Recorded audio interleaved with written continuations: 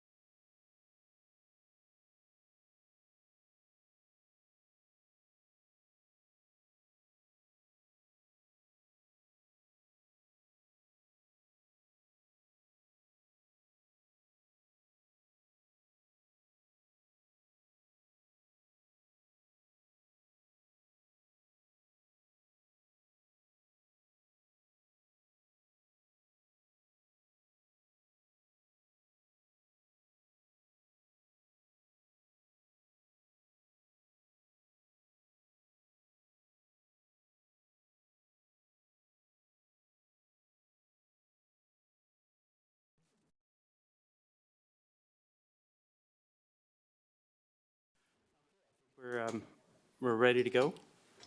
So come back from closed session and we'll reopen the meeting and we get a report. It's 6:54 and we get a report from Mr. Pinkney on closed session items. Yes, the council met in closed session. Item number 1 was conference with labor negotiators pursuant to Government Code Section 54957.6. The agency designated representative, Todd Parton, or his designee, and then the unrepresented employees are listed below in item number 1. Administrative Services Director Carrie Mendoza joined the discussion for items 1, 9, and 10, the police managers and the manager's professional technical, but not the other items. And then on item number 2, conference with labor negotiators pursuant to Government Code Section 54957.6. City designated representatives, City Manager Todd Parton, and Administrative Services Director Carrie Mendoza. Employee organizations, it was the SEIU, and there was no reportable action taken on either item. Just to be clear, on the first item, item 1,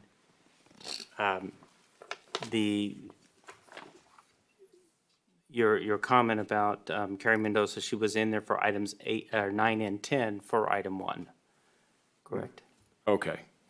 It sounded like it was item 1, 9, and 10. It was just item 9 and 10, because Well, then if I said that, I misspoke. She was only in there for items 9 and 10. okay, good. And not the other items. And again, there was no reportable action on either number 1 or number 2. Okay.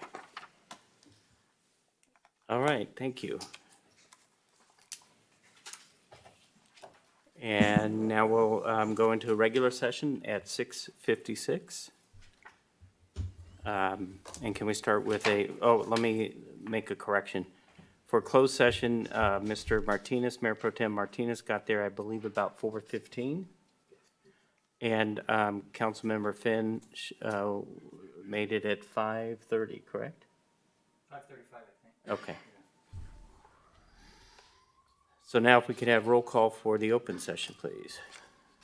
Councilmember Lara, Here. Councilmember Santos, Here. Councilmember Fenn, Here. Mayor Pro Tem Martinez, Here. Mayor White. Here.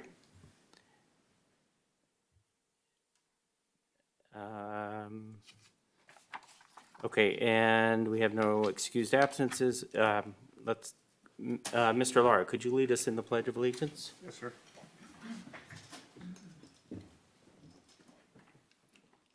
Place your right hand over your heart and begin.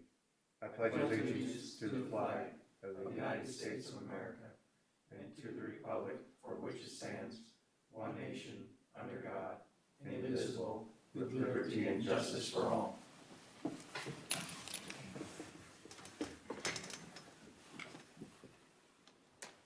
And next item after that is adjustments to the agenda. Do we have any adjustments? Mr. Pardon. Yes, Mayor. We have item 9 under action items, which is approval of compensation plan and salary table. I would like to request that item be tabled. Okay. So we will table item 9 to a future council meeting. All right, this brings us to the consent calendar. Let's start with public comment for items not on the agenda. Do we have any public comments? I have no written comments. Carrie, do we have anyone on the line? No callers on the line, Nicole. Okay, now we'll go to the consent calendar. Items on the consent calendar are taken as one action item unless an item is pulled for further discussion here or at the end of action items. Approval of all ordinances and resolutions to be read by title only. Are there any items to be pulled for discussion? Seeing none, I will take a motion, please. I move the consent calendar item 1 through 5. I'll second. And roll call, please. Councilmember Lara, Yes. Councilmember Santos, Aye. Councilmember Fenn, Yes. Mayor Pro Tem Martinez, Yes. Mayor White. Yes. Item 6, in the public hearings, public hearing and consideration of a resolution establishing a solid waste SB 1383 organics waiver application fee And we have a staff report from Sue Foxworth. Good evening, Mayor and Council. This resolution is in relation to the solid waste ordinance approved by City Council on November 16th of last year and is to establish the solid waste SB 1383 waiver fee. And before we go any further, I'm going to step out on this one. I'm going to recuse myself because in some way it affects one of a party, Waste Management, that one of the attorneys in my firm does work for. So I'm going to Okay. recuse myself.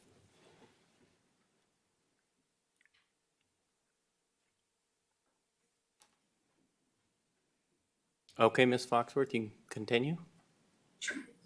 Thank you. This ordinance included the necessary provisions and enforcement mechanisms to ensure that residents and property owners, as well as the city's franchisee Waste Management, comply with the state law requirements concerning solid waste, including SB 1383, the short-lived climate pollutants mandate. The ordinance also permits commercial businesses that choose not to obtain organic recycling waste services to apply for a waiver. City staff estimates that the issuance administration that a waiver will require is approximately 10 hours. We averaged about $100 per hour for staff time, which includes the fully burdened rate of the assistant city manager, director of public works, and the solid waste and recycling manager. The fee will include administration and review of the permit, inspections, and to monitor the applicant's compliance throughout the year to make sure the city is following the mandate set forth by the state. City staff is recommending that the waiver application fee be $1,000. I'm available for any questions you may have. Thank you. Okay, thank you. Do we have any public comments on item 6? I have no written comments. Carrie, do we have anyone on the line? No callers on the line, Nicole. Okay, I'll move it to council discussion. Any questions? couple Mr. questions. Lara? Yes, Ms. Foxworth. First of all, I do like the option, the waiver option. I think it's great that we're offering that. In regards to, do we know what we would have to monitor when we approve a waiver option? Yes, so if they are applying for a waiver, they are stating that they are not have any organics or they don't want to comply, so they apply for the waiver. This will include inspections throughout the year to make sure that if they do in fact have organics, that they do need to comply with the state mandate. So we wouldn't do inspections every trash day, right? We would just do it a few times a year, is that correct? Correct. Okay. And we have like a checklist that we would take with us when we go out to do the inspection? Yes, and I'm most likely doing the inspections. Okay, and do you already know and understand what documents we would be required to complete the waiver? Is it, are they standard? Yeah, it's standard application. They would have to provide us a specific why they want it and why they feel that they need a waiver. And they have to provide documents and do a site visit and everything like that. Okay, and you've already developed an application for this waiver? Yes. Awesome. Thank you very much. That's all I have, Mayor. Any other comments? Sure. Mayor Pro Tem Martinez. Yeah, so just to go back and summarize, so the businesses still have to be in compliance, correct? This is, so what they're doing is they're waiving their business with Waste Management, and then we're going in to see if they're still complying with the mandate. Is that how I read it? They are wanting to opt out of the organics. Okay, recycling. so they still might be creating and throwing organics, but they're saying they don't want to follow the program? Is that what's going on? Because my question is, who's doing the penalties? Because if they waive out, if they opt out, and then we go in and find that they're not complying and they do have organics and they're going where they shouldn't be, then how does that work? In the waiver, it does state that if in the future, or if they are doing organics, that they have to comply with the state mandate. So we would give them those organic services. But they can go out to a different vendor, correct? They don't have to do Waste Management if they want someone else to pick up their organics or do something with the organics, correct? But that would be a self-haul permit, completely separate. Okay, it would be separate, okay, but we still would have to check on that compliance as well. I'm just trying to make sure we're not creating a loophole for someone to get out of not complying. And if they aren't complying, who's giving the penalties out? That's my purpose of the questioning. So they're still in compliance, correct? Correct. Okay, and if after a year of that fee, are we gonna reevaluate to make sure that fee is appropriate? That the fee is appropriate or Yeah. that they still are No, applying if for the the fee's waiver? appropriate, because I don't wanna make sure that we're under, because I see where we've estimated the cost. So we've given this $1,000 as a fee, but then after a year, if we come to find out, boy, that's taking more time than we thought, then that's the time to reevaluate that fee. Is that an automatic thing that we do every year to reevaluate? Or may I suggest we do that if it's not? Yes, we can definitely do that. Okay, We would definitely do that, Councilmember Martinez. We have not had any self-haul permits since we created that fee because it's actually cheaper for them to comply with waste management. I would anticipate the same here, that the organics fee is less than doing this, at least to take it, because it's going to take so much staff time to make sure that we maintain compliance with Cal Recycle on this. and that's what was my concern, because I know how much we're involved, and I wanted to make sure that we were covering that, so. Yes, sir. All right, thank you, Ms. Dane, thank you, Ms. Foxworth. And if I may, for clarification, if you look at section 812-180 of the Beaumont Code, the only basis for requesting the waiver would be for space limitations, physical space limitations, or where there's de minimis volumes. And then those are defined, and there's some conditions on how that's spelled out in the code. So there's a process, there are qualifying factors, and there are limitations. So you can't just say, I don't want to do it, I'm going to pay $1,000. It's like, it has to be pursuant to those specific issues. Okay, all right, thank you, Mayor. Okay, if there's no other comments, I'm open for a motion.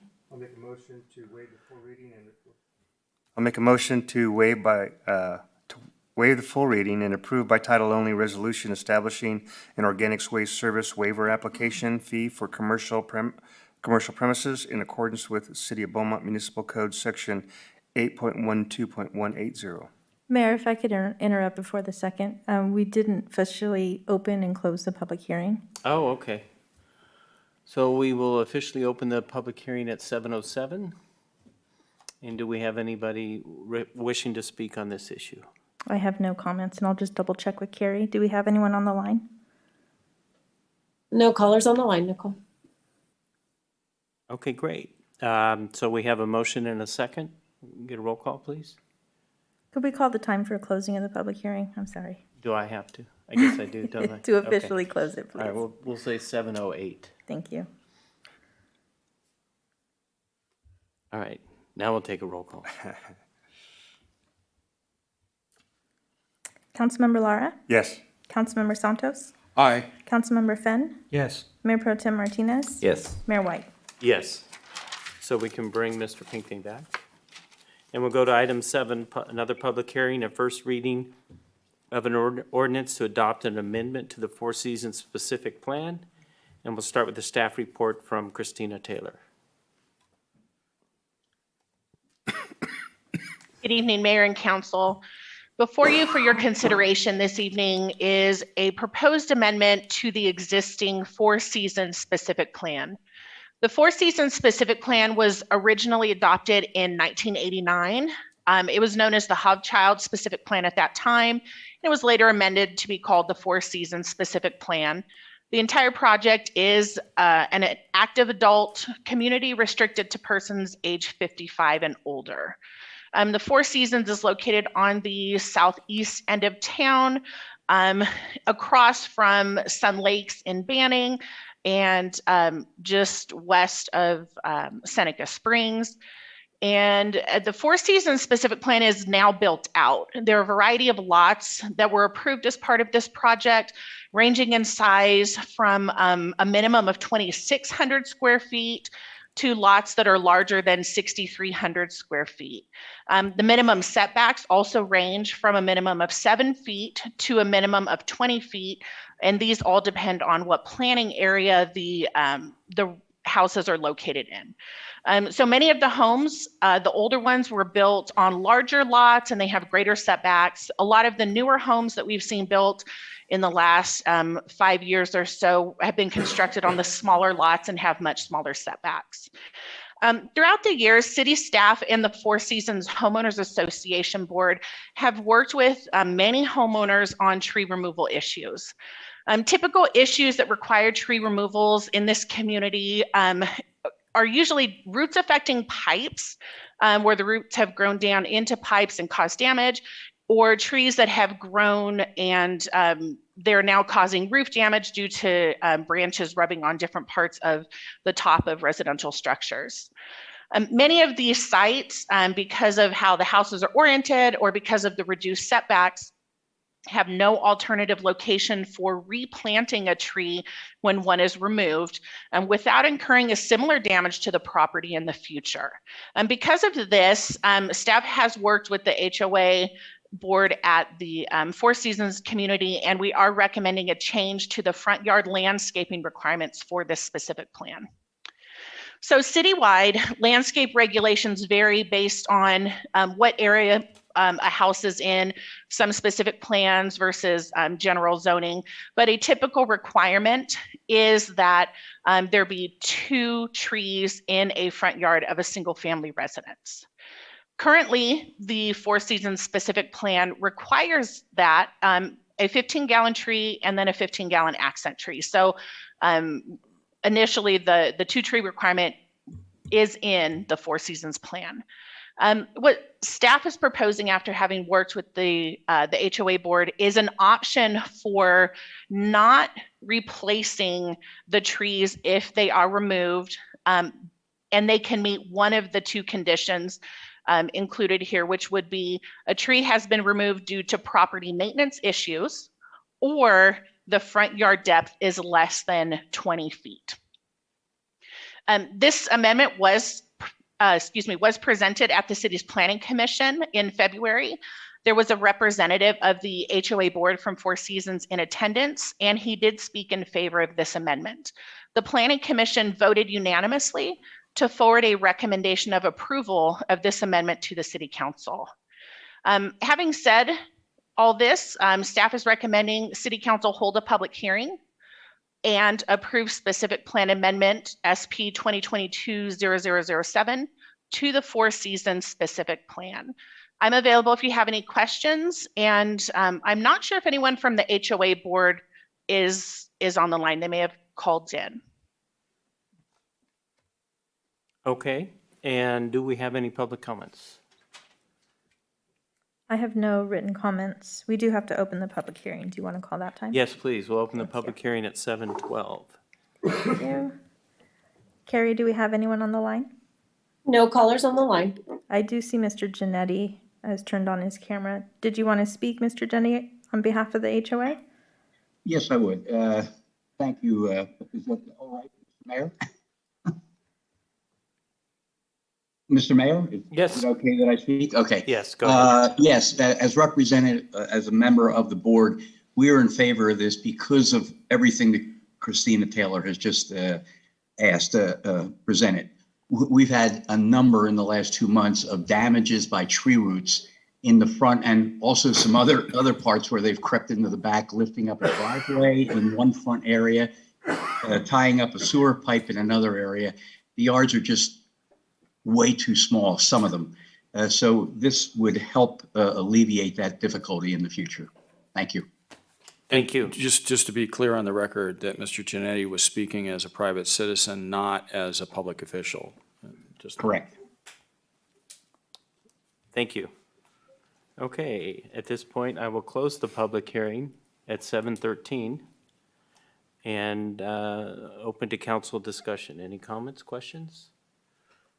Mr. Finn. Yes, thank you.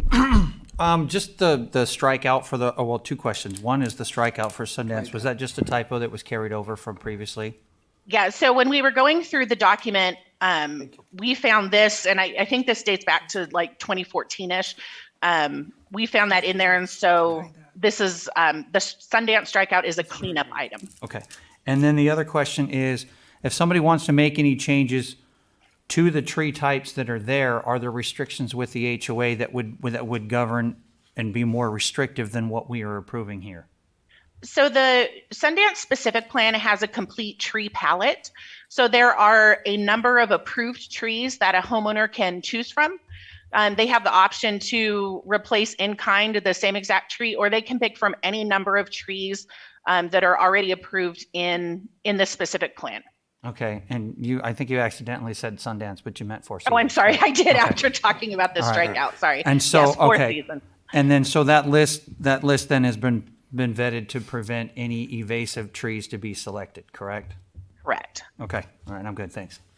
Mayor Pro Tem Martinez. Thank you, Mayor. So first of all, I just want to be clear that I'm fully in support of this. I think it's absolutely necessary. My only concern is the equitability with the other communities, such as perhaps Solera and so forth. So I'd hate to see us do one thing for one community and not be equitable for another. So how could you address that? Yes, sir. So the HOA board, like I said, had approached the city, and after we've talked with them, it's been actually a number of years that we've been dealing with these issues. Both parties concurred that it would be best if we brought forth an amendment. So staff is open to discussion with any of the HOAs for any of the communities. We have some substantiated issues out in this particular community, and so we felt like we had the information to support this. But any of the HOAs are welcome to approach city staff at any time to discuss existing standards or changes they would like to make. Okay, I was hoping for more of a proactive approach coming from the city okay. rather than waiting them to come to us, because there are a few communities that are, also have small lots in front that may not have HOAs. And, If council's direction is for staff to reach out to the HOAs, we'd be happy to do that. Well, it was just a suggestion. I mean, we can wait, the only concern I had is just those that don't have HOAs. So there's a few out there that don't have an HOA, and if they're having issues, so whatever, we're waiting for the private citizens to come and complain or give us an issue. So, as long as we're open and equitable to all HOAs when they come, I think that's good enough. Because, and I don't see the council saying no to one and not the other. But I just want to make sure that you're aware of that, and maybe, wait and see what happens. But as long as there's an equitable part, so all communities are getting the same treatment, that's all I'm looking for. So that's good. Understood. So thank you. Thank you, Mayor. Okay. Mayor? Yes, go ahead, Mr. Santos. Quickly, on the, I think that would be nice to reach out on some of the HOA, especially on the Solera side. Disclosure, I own a property in there, and we have some challenges on the tree in there. They naturally dead on the system. One is hurting the plumbing and all the sewer system in there too. And I think that would be nice to reach out to those associations, and so to be proactive on that instead of waiting for them to come in and address their concern. And I think that would be nice on the council to allow them to reach out to the other HOA. Thank you, Mayor. Thank you, Christina. Okay, anybody else want to weigh in on the proactive versus reactive? Okay. With that, I will go ahead and close the public hearing at 7:18. And seeing no more comment, let's have a motion, please. Mayor, I make a motion to waive the first full reading and approve by title only an ordinance of the city council of Beaumont, California, adopting an amendment to the Four Seasons specific plan 022-0007. I'll second. A roll call, please. Councilmember Lara? Yes. Councilmember Santos? Aye. Councilmember Finn? Yes. Mayor Pro Tem Martinez? Yes. Mayor White?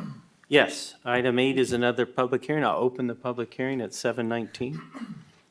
It's a public hearing to adopt California Environmental Quality Act, CEQA, initial study mitigated negative declaration and mitigation and monitoring reporting program for the West Side Fire Station located on the east side of Potrero Boulevard, north of SR 60 Freeway and south of San Mateo Canyon Road. And we have a staff report from Carol Kendrick. Good evening, Mayor and City Council members.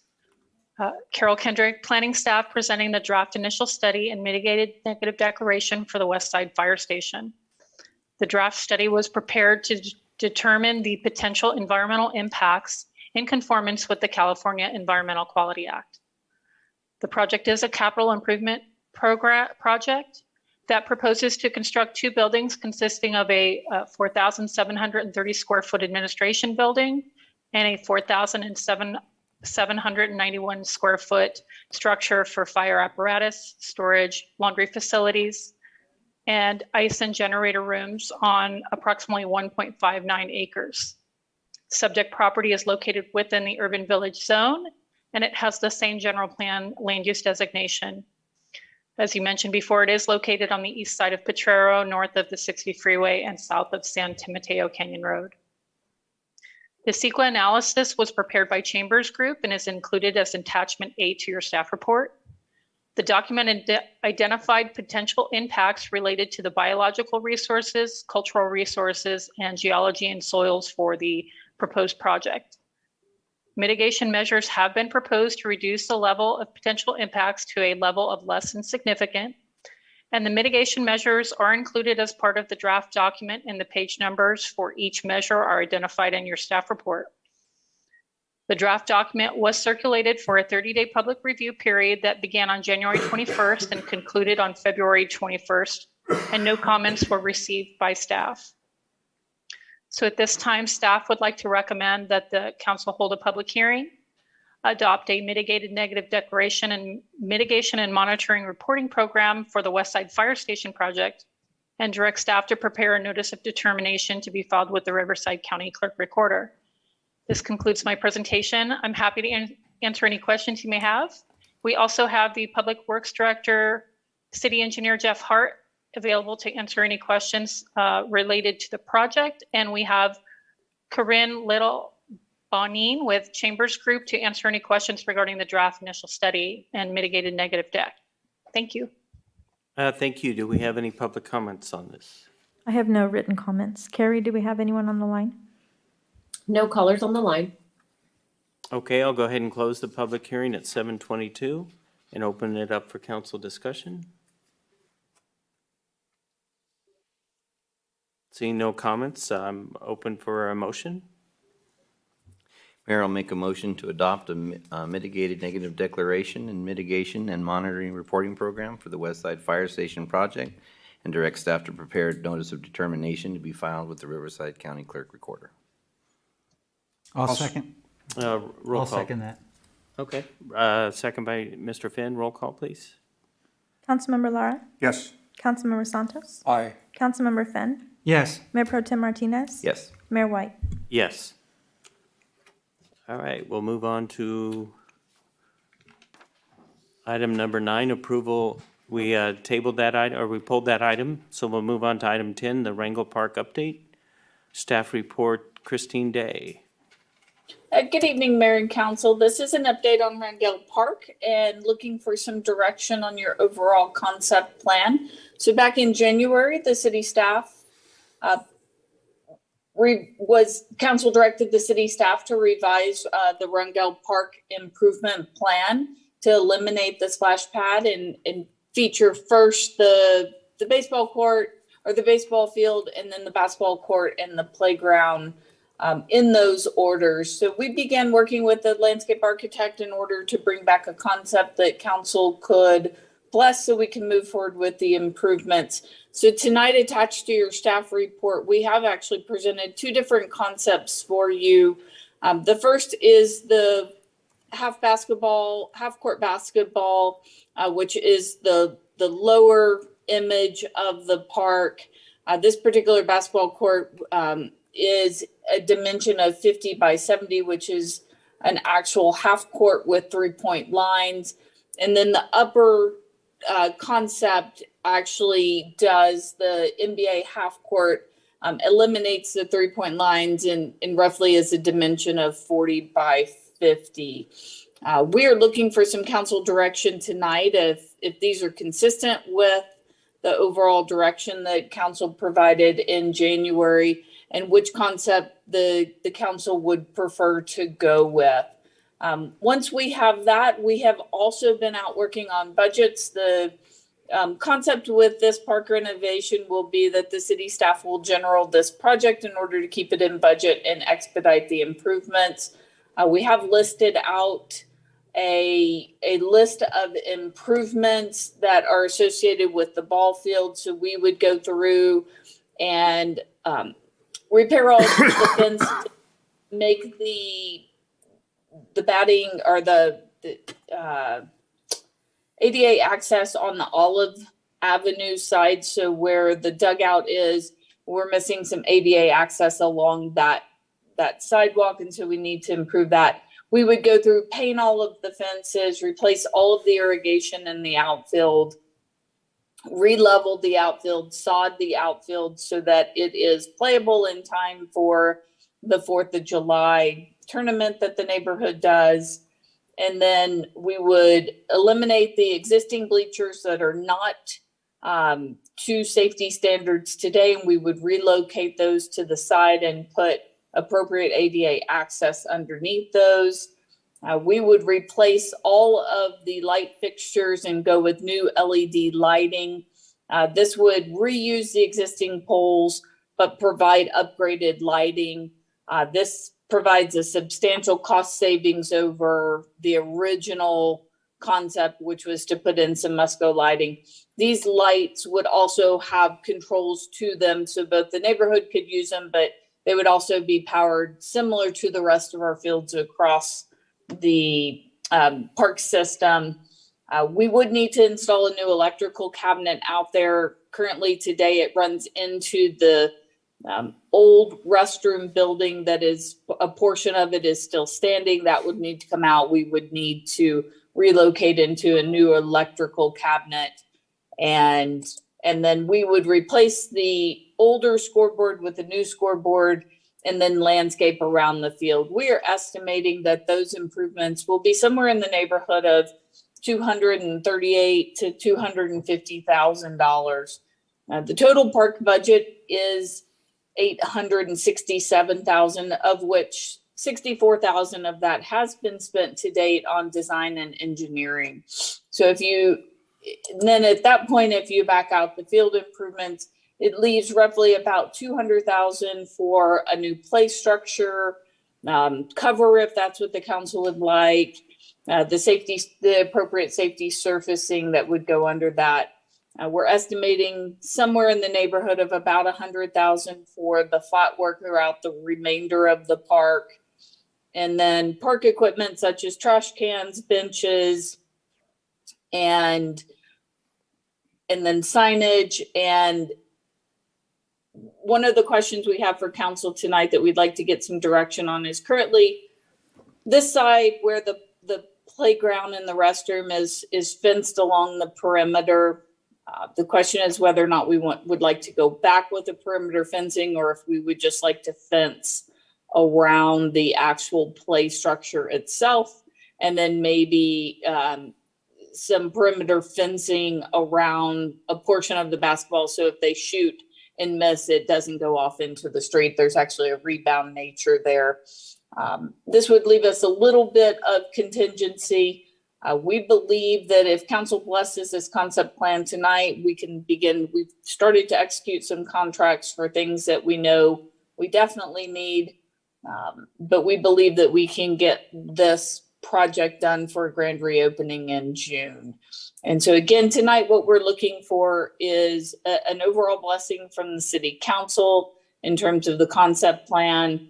We'll need some direction on the size of the basketball court, and then direction on the actual fencing, and if the overall direction that staff is going is appropriate.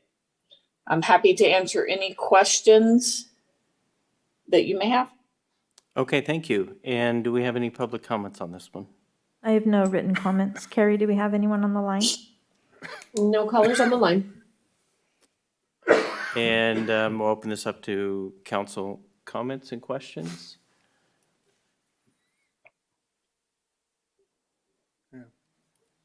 Go ahead, Mr. Lara, please. Christine, thank you very much for this. On the basketball courts, I would prefer, well, I like the 46 by 50 smaller one. I think it would open up some additional area for picnic area, which I like. The only thing I would like to suggest is when we go to that, to do that, is that we turn, because a basketball court is 50 foot wide. So we would just turn the drawing that we have. So you'd have the one hoop on one side. We could put in a key. I think even at 46 foot deep, because I think an actual half court is 47 feet, if I'm not mistaken. So we're right there at half court. We could even put in the 3-point line and have it like a full half court setup, even using the smaller court. Does that make sense? Yes, it does. Okay, so, but other than that, and then the fencing, I'm okay. We just fence off have a rebound fence for the basketball folks and a fence around the play area. I don't know how other council members feel about that. But if we could save money on not fencing the whole thing, I think that would help. And it makes it more open. Yes, sir. Any other comments, direction, Mr. Martinez? Yeah, thank you, Mayor. So Ms. Day, I also agree. I do like the smaller version of the basketball court. I think it gives us more room around it, and I do like the ability maybe to possibly put in a few more picnic, but I definitely approve the smaller version of the court. My question, a couple of questions. I remember Chief had an issue with fencing around Stewart Park, and he preferred that it not be fenced. So would we apply that similar here, or would this just be too small to consider that? I don't know that this provides the same issue that we have at Stewart Park because of the height of this fence. This is about a 3-foot fence around the perimeter. And I think the original was just to keep kids from going out into the street along the perimeter. We could do, if we're just looking for a barrier, we don't have to go back with the same type of fence. Today it's chain link. If that's the council's preference, we could do that. Or again, we could just go back to the actual play structure, which would work a little bit like you would have a perimeter, you'd have a gate to go in, so the kids wouldn't be able to run off of that into the street. And Chief, did you have a comment? It was great, okay. So I would support that. I don't think there's a need for a perimeter fence, as long as we do have that fence around the main play area for the children. I think that's important. And of course, the backup wherever the basketball net's gonna be in order to prevent it from going into the street, because that is really close to the street on that one side. So I approve of that, and I agree with that. The purple circles, are those picnic areas? Those are, I I don't see a key. label those. I would assume those are landscaping. Oh, Honestly, I'm not real sure. okay. I don't see a key on that either. So then, according to the concept, I don't see a lot of picnic tables. So can you just kind of give me a little thought of what would be in there? Yeah, I think once, we can come back and cite those with the council. Typically what we would do is put those throughout there. What my experience with parks is, you like to add the paths and the picnic tables somewhat last. I think we keep most of the grass open, but we're going to have to make sure that all of these picnic tables are ADA accessible as well. And so I think we would cite some in a couple of the different locations. We are planning for between 4 and 5 benches and picnic tables throughout this area of the park. All right, and by reducing that court, like Mr. Lara says, that would help perhaps put some more in, or at least accommodate the 4 or 5 that we're planning to, right? Yes. Last couple of things. Are there anything in here that we can do perhaps from getting supplement from maybe the commercial community, scoreboarding, names on the fences to help pay for the painting, any type of alternate approach that we can use to kind of, because it's right there in the commercial area. So I know that you and I had talked about possibilities of certain things happening. But do you think that perhaps we can also expand going out into some of the other businesses to see perhaps if they're willing to put, and I don't know if council would like the aesthetics of that. I'm just suggesting other ways to help supplement the funding. But have you looked into that, or have you thought about that, or I don't know what council thinks about that. We could definitely reach out. Timing may be a big issue with that based on trying to get this done in June. We have looked at securing a sponsor for the scoreboard itself. So that's about $10,000 for that and the controls. But we could do a quick reach out to the industrial partners that we have around that area and see if any of them are interested.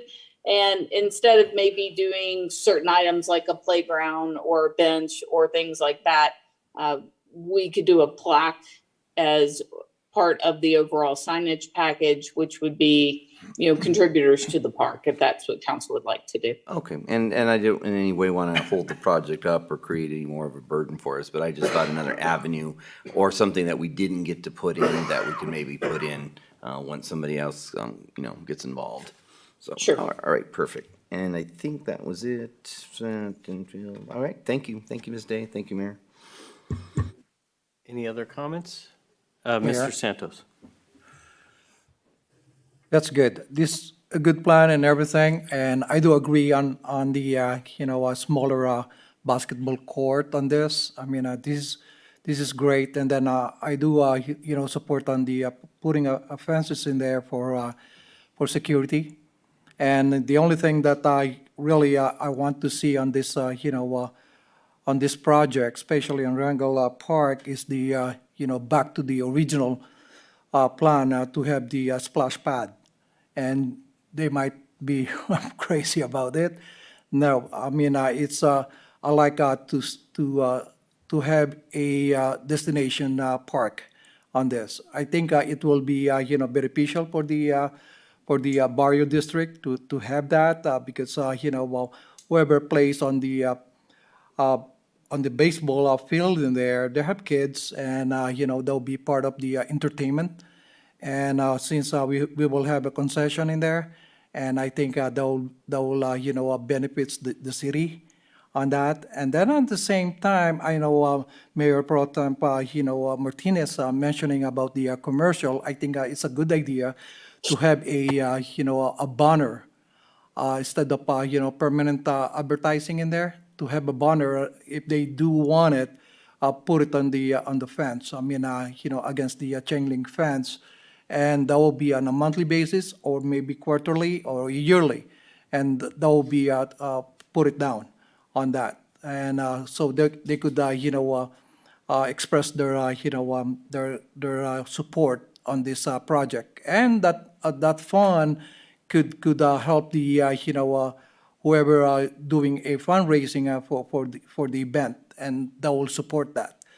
And also, I know that that'll be nice, the chain link fence to be really painted and everything, and that will pop up the the barrio district that we do care about it. And as I said, I mean that'll be nice. There'll be a space that full court and the half court. I mean, I know Councilman, Mike Lara mentioned about the picnic, to have a picnic ground in there. That's good. I mean, but that would be nice to have an additional updated, attraction on this park.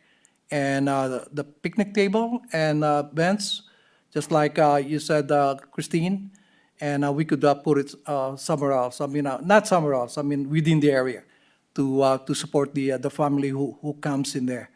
And that's my 2 cents in there. I mean, that would be nice if the council will reconsider the splash pad. And I'm not saying, I mean, we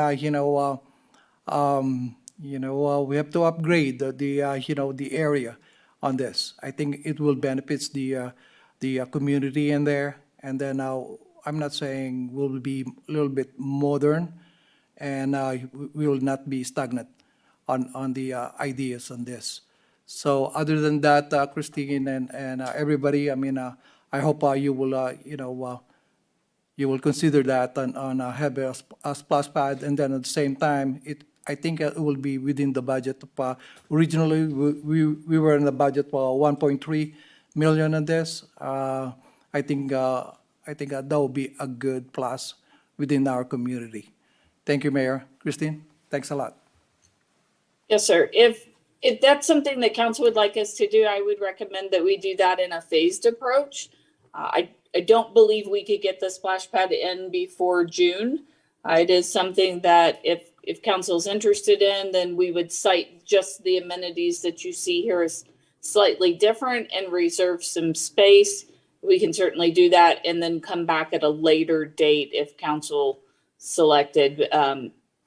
But we couldn't get that done before the opening in June. Yeah, I do understand that. That's good, Christine, that I expressed that. And the goal right now is to have a league in there to open around 4th of July. And if we do complete this within the mid of June, that will be a blessing to that community and the neighborhood in there. That would be great. Thank you. Thank you, Mr. Santos. First of all, I'm surprised, Mr. Santos, you didn't point out the zip line there. I know how big a fan you It's are coming. of zip lines. So I agree with Mr. Santos about, I think a splash park would be warranted for the exact reasons that he brought up. And I also agree with you, Mrs. Day, that it's necessary to do this in a phase. My thought was, and we'll see where this goes with the rest of the council, is that, I would prefer as a parent, a splash pad over the basketball court, but I don't live in that area. And I think what we could possibly consider is holding off that area and reach out to the community and sort of take a poll and get an understanding of whether the basketball court is more important than the splash pad. But I don't see anywhere else, and I think we've discussed this before, I don't see anywhere else that you can put a splash pad. I know also, I think if we use a splash pad, we do bring some of the, we can bring some of the DIF money back in to cover that. So, a thought that I have, as I said, would be to hold off on the basketball court and get some input directly from the community as to what's more important. I don't really see how we do both. Go ahead, Mr. Santos. Thank you, Mayor. And I think the original plan that I have way back then, 2 years ago, and a splash pad and a basketball court was designed on the concept on this project. And I was impressed on that. I think if this develop and everything, the downtown itself, that will be a part of the destination. And the specific plan on the downtown, that will be a plus because there will be a league in there. And at the same time, some of the kids will be going on that tournament. And I think that will benefit. So, if Christine have that original plan in there, that would be nice to share to the council on that. They were designed with the splash pad and the basketball court on that. So that was allocated on that concept, plan in there. So I really appreciate that, Mayor, that you expressed that. Thank you. My response to that is that I thought that we've discussed this park over and over. Yeah. And I thought the last time we discussed it, we determined that there really was no way to do both. Right. So if that's not, I hate to have to go for another design drawing. But again, if you put a splash pad in there, first of all, the baseball field, I think, is dedicated to the baseball field, right? Mm-hmm. So we're only working with that triangle there. And if as was brought up by a couple other council members, that we need some picnic areas and and that kind of stuff. I thought that there's just really no way, from what I can tell, to do both. Mr. Lara, I think you had some input? Yeah, so, talking to a couple of members of the community, when they had the basketball court there, they said that that was probably one of the most used items there, so it was important for them to have a basketball court. And I'd hate to, at least from my opinion, I'd hate to go back and redesign this. We're 3 years out on this already. And to go back, redesign, and then keep going back and forth, we're not getting anywhere. We gotta get this park finished for these folks. I do like the concept of the splash pad. I agree with you, we can't do both. But, like I said, the kids seem to use the basketball court when it was there. So I support the basketball court. I'd like to get this thing, if we can get this thing wrapped up by July and have the whole park done, I think that's just, one more thing that, we can get off our plate and move on to other items. That's just my thought. If council would like us, and as long as you say, hey, move forward with the field improvements and then start to look at this end, if you would like, and if one of the reasons you couldn't fit it previously was really the play structure was too big. It was a $500,000 play structure. We don't have that obviously in the budget, as you can see. If you would like us to go back and try to cite some space, the splash pad we're talking about was a really small splash pad. It was just something for the kids to be able to get wet. So we could take the basketball court that the council would like to see. I've heard we definitely want picnic areas. I heard from a couple of council previously that we really want to retain some of the green space. That's very important to the community to set up pop-ups and be able to watch from that end of the field. Put the appropriate size play equipment in there, and then cite a space if we have room for a future splash pad. Is that something that you guys would like us along those concepts, if we can figure it out to do? Or do you just want to stick with this? So let me suggest this, because you also brought up a point, Ms. Day, that that it would, to go back and redesign and reconsider that it would drag this out a little bit longer. If the rest of council agrees, I suggest that we go ahead and move with the design here with the reduced basketball court size that Mr. Laura talked about and that Mr. Martinez confirmed. And then build this, and then after we're done, come back and look at the ability to put a splash pad of some sort or some size. Because I don't think, even with your redesign, you're gonna really change much of what's here in this picture, right? You're not going to put it in between the basketball court and those picnic tables to the left of the basketball court. But I think if we just, go ahead. Yes, sir. I was gonna say, we may play with some of that a little bit, depending on the ultimate selection of the play equipment, the basketball. This is roughly the size of what you would see, but we could potentially move that play equipment in a little bit, disperse some of the picnic areas, and open up a small area that would be easy to access in the future. I could see that very easily. Mr. Finn. So I would support the fence around the play area, the backstop for the basketball court area, and go with the half court basketball. I do have a question. Are there any lights for that basketball court? No, sir. We're not proposing lights at this time. So the only lights in the park are going to be over the ball field, correct? That's correct. Okay. Okay, so I guess we need to come together on some direction. I think we continue to move forward with what we have here, and we revisit the splash pad at another time. The rest of you, where do you stand on that? Mr. Martinez? Yeah, I agree, and I like Ms. Day, your thought about having the open mind of if we were going to put a splash pad where it could go as you go forward with this design. Because the smallest one I think we're talking about, and when we went out there and walked it, we kind of looked at where some of the areas could be.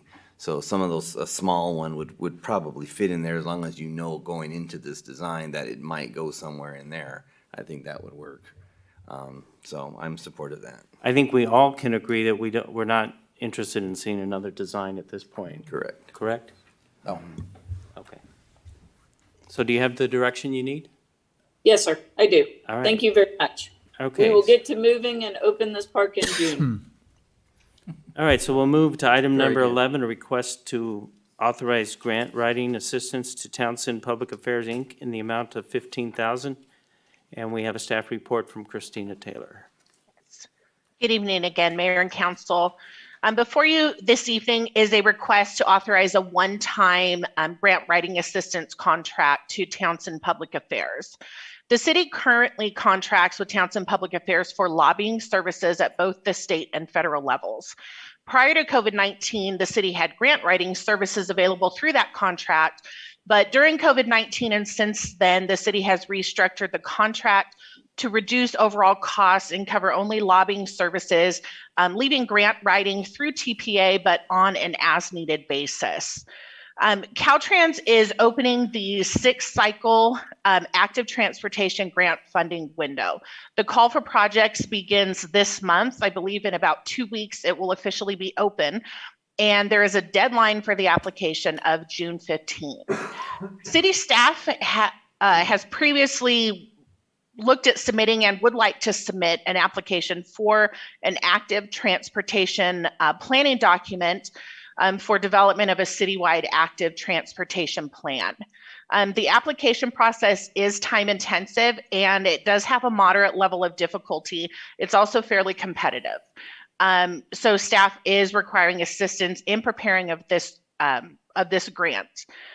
Staff requested a proposal from TPA for the grant writing assistance, and the proposal is in an amount of $15,000. The proposal is included as an attachment to the staff report and provides the information as far as what the grant writing services would provide. This concludes my report. I am requesting that City Council do approve this one-time grant writing request. I'm available if you have any questions. And we also have Sean McReynolds from Townsend Public Affairs on the Zoom here available to answer any questions. Okay, thank you. Do we have any public comments on this item? I have no written comments. Carrie, do we have anyone on the line? No callers on the line. Real quick, I'm in favor of this grant writing assistance, so I support this. Do we have any other comments from council? Mr. Finn, go ahead. Yes, just a quick one. I'm also in support as well. And serving on the Transportation Now Committee, there's a lot of public support for such an item. And so I think this puts our best foot forward in requesting funds for that. The rest of you are good? Can I get a motion, please? Mayor, I'll make a motion to approve a one-time request for grant writing assistance with Townsend Public Affairs. Thank you. I'll go back one more time. I'll make a motion to approve a one-time request for grant writing assistance with Townsend Public Affairs, Inc. in the amount of $15,000 and authorize the city manager to execute the agreement. I'll second it. Councilmember Lara? Yes. Councilmember Santos? Aye. Councilmember Fenn? Yes. Mayor Pro Tem Martinez? Yes. Mayor White? Yes. Thank you. Thank you. Item number 12, PARS 115 Trust Investment Policy, staff report from Jennifer Eustachian. Yes, good evening, Mayor and Council. City Council approved to establish a PARS 115 Trust Post-Employment Benefits Trust Program on December 7th, 2021.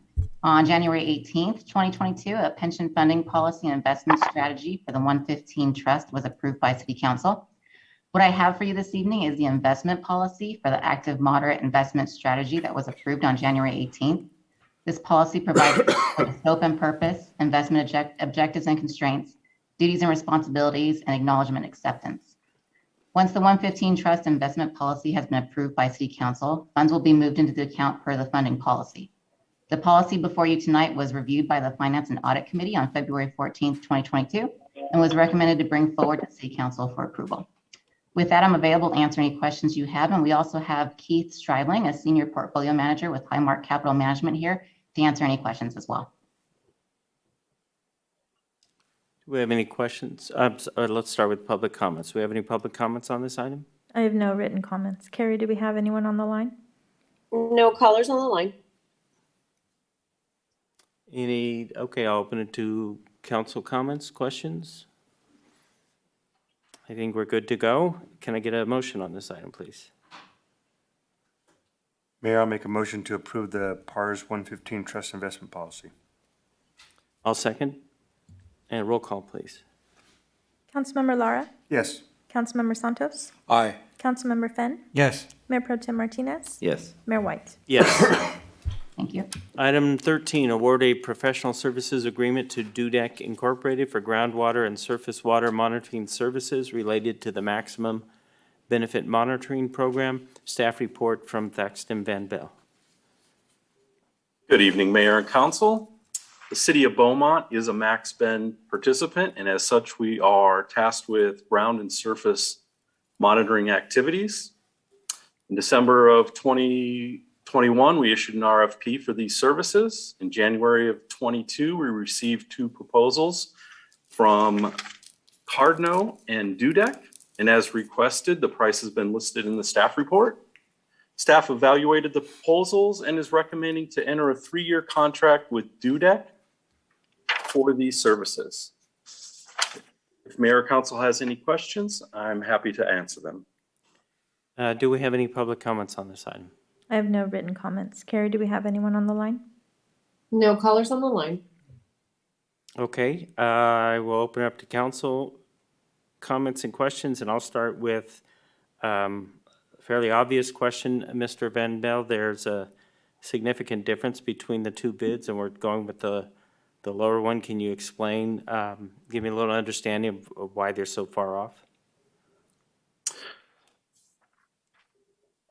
Well, we definitely know that Dudex has the experience in the background as they were the previous contract holder. They've been working in the monitoring area for us and other basin monitor partners. Cardno came in from the outside and put their proposal together with a lot of staff hours, and they bid it as they saw fit. But the numbers and the escalator are what they proposed for this professional services agreement. So you're comfortable that for that price that Dudek is bidding will cover the project? Yes, it's consistent with last contracts with them of recent. Okay, thank you. Any other questions? Yes, sir. Any other questions, comments? All right, at this time, I'll ask for a motion, please. Mayor, I'll make a motion to award the professional service agreement to Dudek Inc. for groundwater and surface water monitoring services for 3 years in the amount not to exceed $52,330 in 1 year and $53,900 in year 2 and $55,500 in year 3. I'll second that. And roll call, Councilmember please. Lara? Thank you. Yes. Sorry. Councilmember Santos? Aye. Councilmember Fenn? Yes. Mayor Pro Tem Martinez? Yes. Mayor White? Yes. Item 14, set time, date, and place for a special workshop. And I understand that's a budget workshop. And the staff report is from Jennifer Eustace. Yes, thank you, Mayor. We're requesting that we establish the date, time, and place for the next budget workshop. That's for the fiscal year 23 budget. Staff is recommending dates of April 20th through the 22nd or April 25th through the 29th. That's if council is available through those dates. We could set a time and place date for that. So again, that was the 21st and 22nd, or what was the other dates? April 20th through the 22nd or April 25th through the 29th. I'm good with the Wednesday and Thursday of either week. I think the other 3 days are difficult to have, a little harder for me for these workshops. So do we have any objections to Wednesday or Thursday, the 21st or the 27th, 28th? Do we have any preference? 28th is the taste of the pass. Good point. I'm okay with the 21st or the 20th, either one. Or 27th, I'm good with those three. Yeah, any of those days are good. Thursdays are better. Sorry, Mr. Mayor, Thursdays are better for me. Can we do the 21st? Everyone good with that? And what time are we looking at? What time, yeah? Well, it's gonna be what, 5-6 hours? With dinner?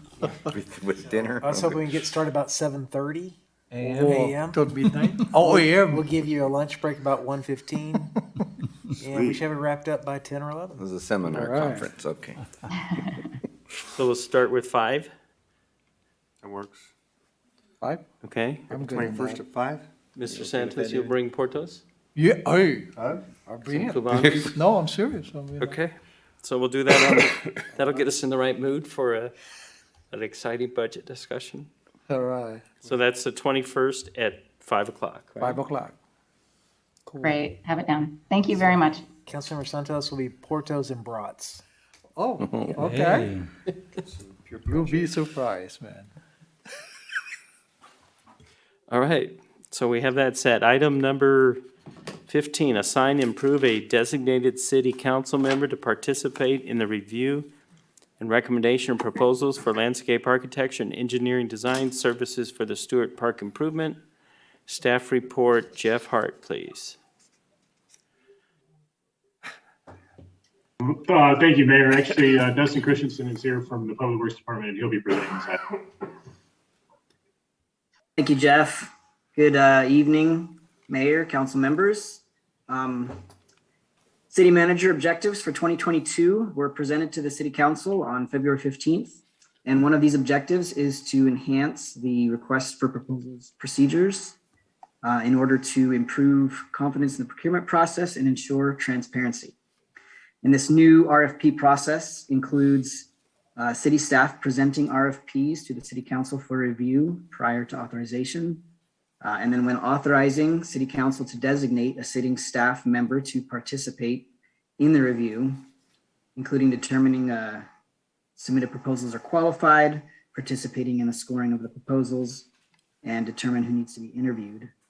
The City Council and City Treasurer and City staff will conduct interviews if necessary, and then the full City Council will be presented the final decision with recommendations from City Council and staff. So in keeping with that, we have an RFP that was issued for the landscape architecture and engineering services for Stewart Park. And that RFP was presented to the City Council on January 18th for authorization to proceed with advertisement. And then it was advertised on January 19th. And the city received proposals on February 23rd. The city received 8 proposals. And the names of those proposers are presented in the staff report. And then in keeping with the city manager objectives for 2022, we are requesting that the City Council assign and approve a designated City Council member to assist in the review and processing of the proposals that we've received. And with that, I am here to answer any questions that you might have. Thank you, Mr. Christensen. Before we go to public comments, I'd like to see if our treasurer, who will be part of this process, would like to weigh in or comment on this. Mr. Giannetti, did you have anything to add to the discussion? I couldn't agree more heartily with that as a part of it. I think it's a better way to be more transparent about everything so that there's no questions on any sign of favoritism and all. I think the optics are appropriate. Okay, thank you. And do we have any public comments on this item? I have no written comments. Carrie, do we have anyone on the line? No callers on the line. I have a council member in mind, but before I call that person out, I wanted to see if there were any volunteers to do this. I have a question. I'm not Okay. volunteering. Okay. Just a question. So have we committed to this process? And the reason I ask, Mayor, is I can appreciate the transparency of the process. However, I would hate for this process or council members' availability to stop the process or to delay the process, as some of these things are timing issues. And the other thing, I think when Mr. Hart, when we were talking to him, I think one of his comments is that there are some of these RFPs where by law, we have to take the lowest bidder. And so in those instances, I would say that we don't even need to worry about the transparency, such as we have to take the lowest bidder, and that would be one that we wouldn't have to see. This process to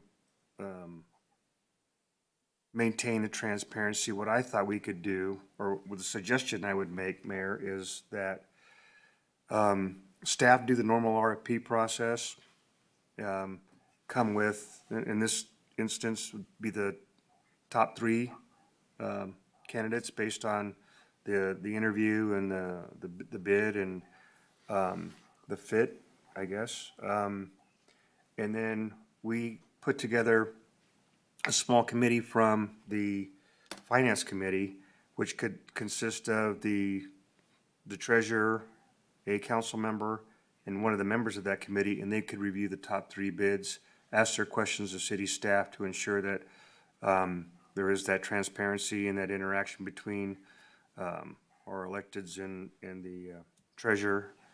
Iron out that and see if they're consistent with the recommendations from city staff.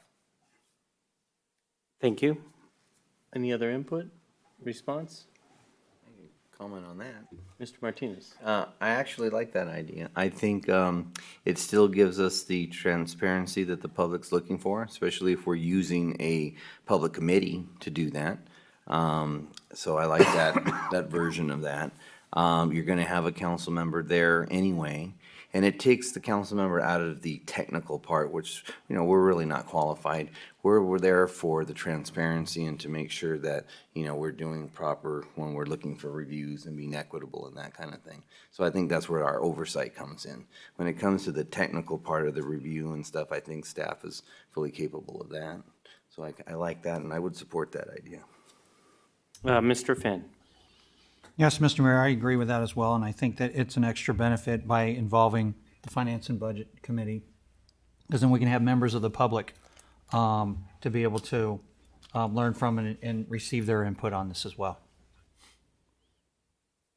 Okay. I think Mike knew I was going to volunteer him, but What? I'm not. so at this point, it will be one of the council members that already sit on the Finance and Audit. Is that what we're thinking? And then more towards the end of the process, more when it's already been developed by the Got it. 3 from staff. Yeah. Okay. Mr. Janetti, are you good with that? Yeah, I am. I'm now a little cautious about timing on the thing.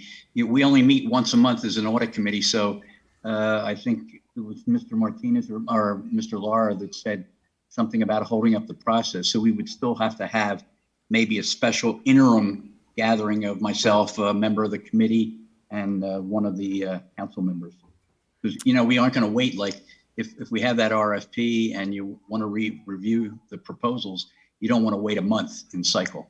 Agreed. True. That, Mayor, if I just may comment, that'd be a good time to have a subcommittee of them. So you can ask for volunteers within your committee who has that time flexibility, and then arrange it that way so that you could meet on call and more frequently than the whole committee. You could, yes, and the subcommittee doesn't mean that everyone on the subcommittee has to be there. Exactly. Just whoever's available from that subcommittee. Exactly. Right. Okay. So on that one, we have decided not to assign or approve a designated city council member, but we've given you direction. Is that, Dustin, is that enough direction for you at this point? Yes, do we- sir. That is clear. Okay, All right. cool. All right, so we'll move on to item number 16. Consider a resolution to oppose initiative 210042A1. Staff report from City Manager Todd Parton. Thank you, Mayor, Council. This was brought to you as we discussed in the legislative item at our last meeting. This was a an urgent alert matter from the League of Cities. We do have an initiative number 210042A1.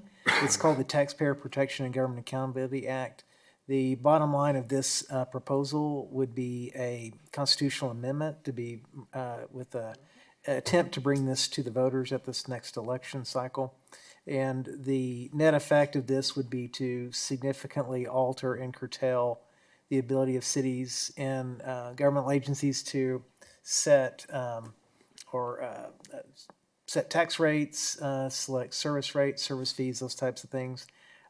Also would create some loopholes that would really kind of help to prevent enforcement should taxpayers fail to pay, particularly on the corporate side.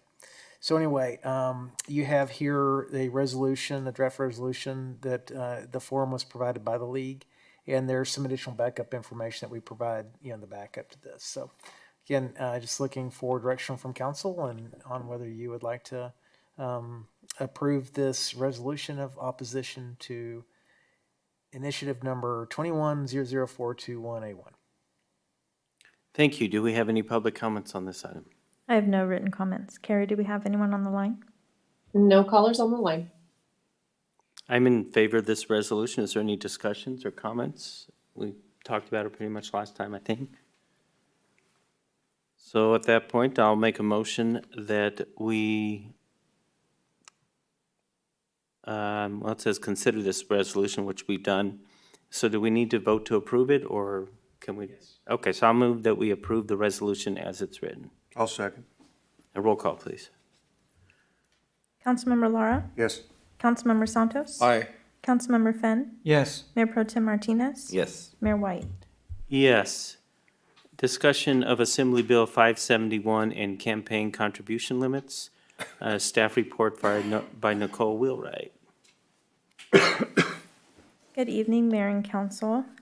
This item is a discussion of Assembly Bill 571 and campaign contribution limits.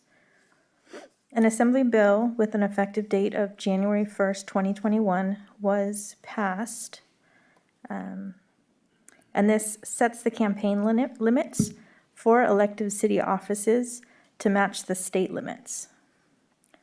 However, this bill also authorizes cities to set their own contribution limits.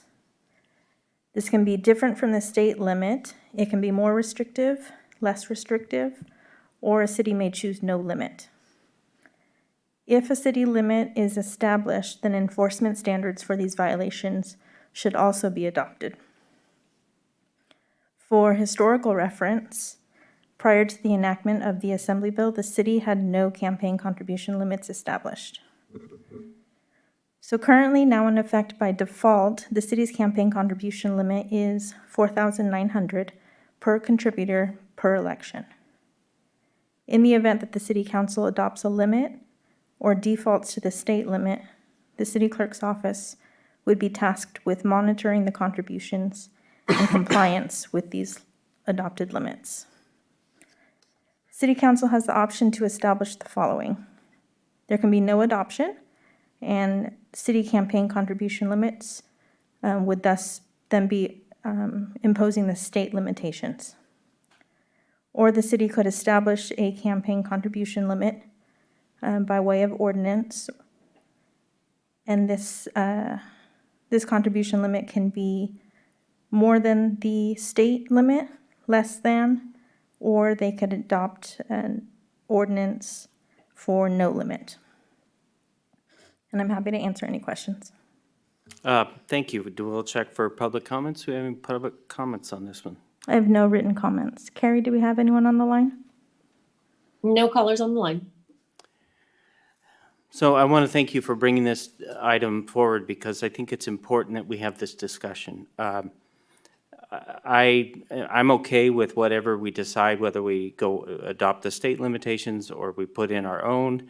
My comment at this point is that the limits that we have now, which are no limits, have not been an issue and don't appear to be an issue for us. The concern I have with either adopting our own limits or even adopting the state limits, is that we now put the city clerk's office in position of monitoring those contributions and compliances, and then dealing with times and issues where there's maybe a question as to why a person accepted a campaign contribution that was above our limits, or there is a lot more other complicated issues. For example, the state requirements and their limits is that if you have a husband and wife that are part of a corporation, the husband and wife can only contribute as the corporation. There are some ways to argue that and to put the city clerk in the position to solve those issues or bring it to council. I just think we're creating extra paperwork, extra time. I also would believe in Mr. Pinckney. I think we talked about this a number of months ago, and you were going to look into this, that if our city clerk is not policing it in a way that the state is happy with, we could also have the state come in and want to do audits on our processes and our positions that we're taking and on individual claims and concerns. And I just think that all of that is not worth an issue that right now, as far as I can remember, we haven't had a problem. But I want to get the rest of the council's input on that. If you have any input. Mr. Martinez. So, you know, when I always look at things like this, I always look at the future because we're growing and council's changing and, you know, in the future and so forth. So I always look what's the best for the city and what could put us at the best position. You know, to me, it's really difficult to implement any type of this type of campaign spending when you have a PAC, because those PACs don't follow things.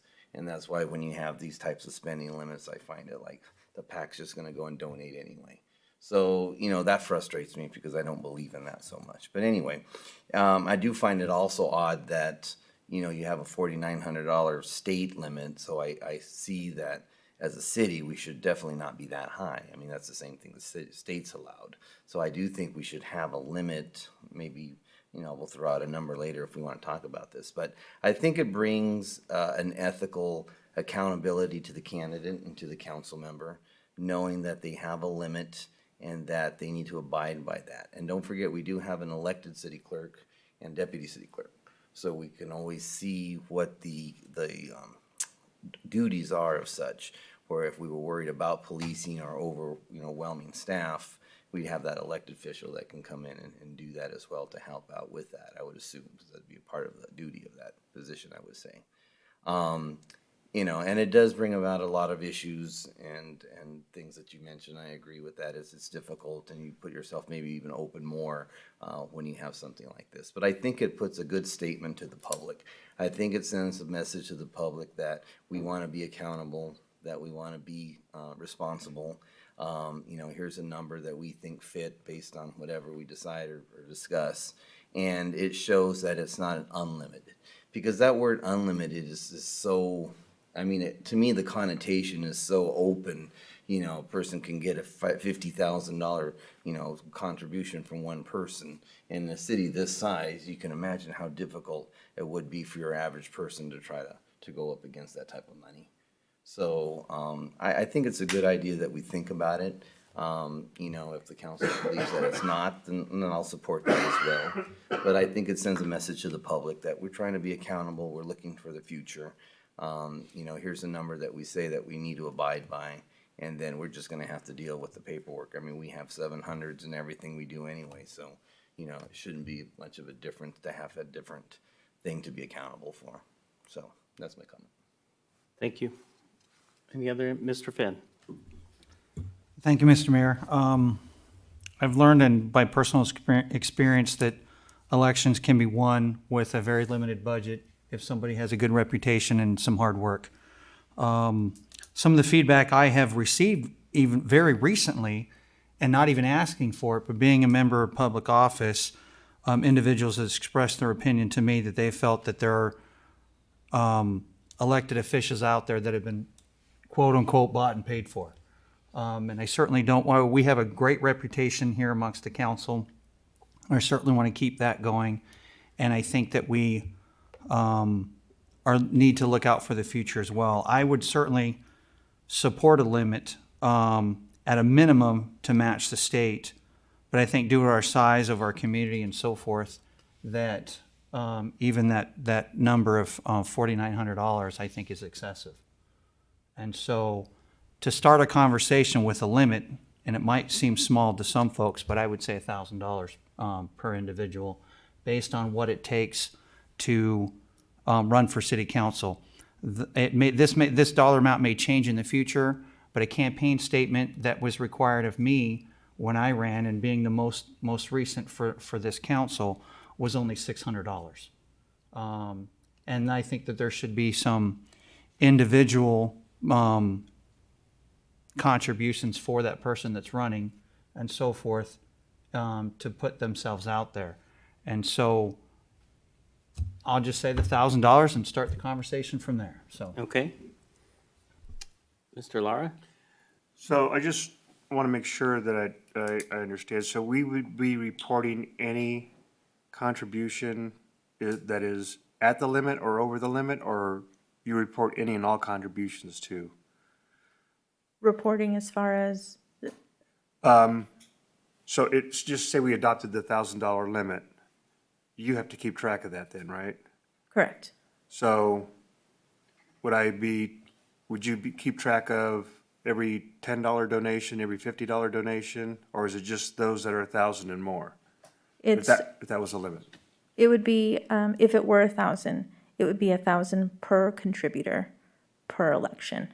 So the part that would have to be monitored is just to make sure that one contributor hasn't accumulated donations more than $1,000. Okay, so it would limit what we could receive from one person Correct. For one election. for one election. Right. So she would have to monitor to make sure that someone who's given 500, if they give another 500, then she has to monitor that throughout the whole process. Okay, because when I first saw this, that was the first thing that popped into my head was, okay, how difficult is this going to be to track, and what kind of time commitment are we talking about?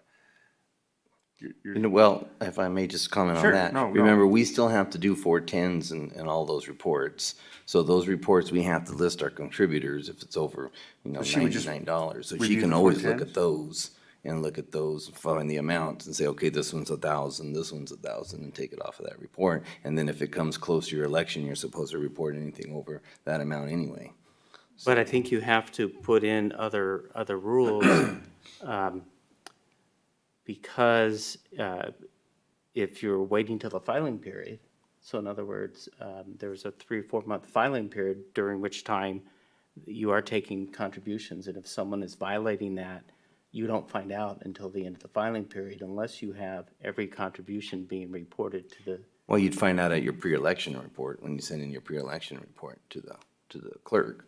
But you don't find it out as the campaign's going. No, but I mean, so we'd have to, if you're thinking of a consequence or a penalty to what happens if you find it out at that point when you've accumulated a certain amount, yeah, that would be a discussion on how that would work.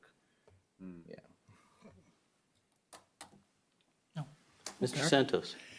Yeah, that would be nice to have a limit on this. I mean, the reason is actually, our deputy city clerk in there, she does report that, right?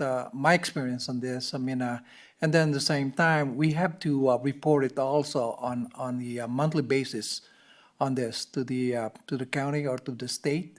And I did, do that before that, I have to name all the contributors that, supported the candidate on this.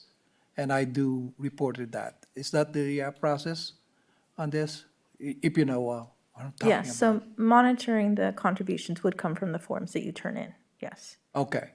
Yeah, I think, I will support that to have a limit of 1,000 or 2,000. I mean, 2,000 will be some of the contributors, especially some of the companies in here could not throw, support a candidate on within the area, just like Mayor Pro Temp, Martinez mentioned about the area is growing. I don't want every election, every 2 years or 4 years, we will be, changing it. And that would be nice to, plan ahead, in the future on this.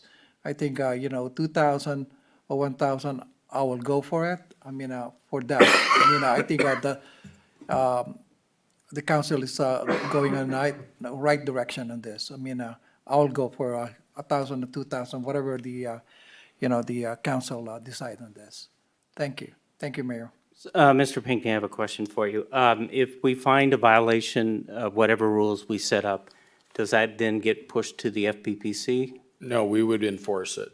So, Okay. for example, you could make it a misdemeanor for somebody to violate the ordinance or the rule that's established by the council, and then you would be responsible for enforcing that rule. Okay, and I've already received contributions higher than the limits they're talking about here within the rules that were enforced before we discuss this. 2 questions, do I need to recuse myself? Second question is, what happens to, I know that when the county set their limits, if you had already received contributions before the limits were set, that those contributions did stand.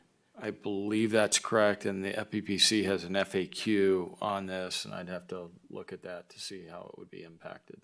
Okay. And I don't should- think you need to recuse yourself from the item because it affects all the council members. Okay. I would argue for higher than 1,000, and here's my position. It is already difficult enough for I gotta admit, your experience was unusual. Very unique. Yes. And I think that if you have we also have to put these enforcements on PACs as well. And as Mr. Martinez put, a PAC has different rules. They can do independent expenditures. And I don't know that independent expenditures can be controlled by our city limits. So I don't know where that brings into it. Also, I think if you do have someone who wants to run and they're not an incumbent, they're already at a disadvantage because they're not an incumbent. And the ability that they can raise enough interest among people to contribute to their campaign, to put them on an even playing field with incumbents who already have an advantage going in. So I would be more in favor of 2,000, 2,500. I personally think that the 4,900 and leave it as state limits. And if we don't set anything, we still have to monitor the 4,900, correct? Correct. Okay. And just to answer your question, the AB 571 contribution limit does not apply to contributions made prior to January 1, 2021. January 1, 2021. Right. So if I've received contributions that will become in violation of a city requirement? I don't believe it. I don't think that would be a violation because it predates the rule of law that Okay. you would be adopting, but I'll look into it further. Okay, I got one question and one comment. sure. So question number 1, can you make Mr. Pinckney, can we have a ordinance that we set up now that's not effective until after the election of 2022? Make it January 1st, Yes. 2023? Yes. Okay, because I would be in favor of that only because you started the process and some may have started the process out there. And I think that would be only fair. And I originally had $2,500 online as a limit. I think that's feasible. Being in this for a while, it's difficult. So I think that's a more reasonable amount as our city's getting bigger. I like that approach because also I don't want to be accused of having an unfair advantage. Of course.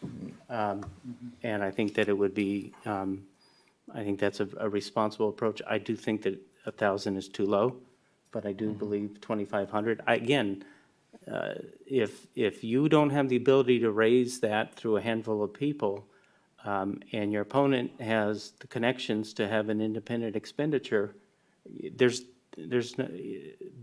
a huge disadvantage. So I'll just put that out there. If 2,500 is agreeable and we started after this election, I can support that. I still think it's too, I really think 2,500 is too low. It just gives a disadvantage to people who don't have, and also what do we have as far as rules for self-funding?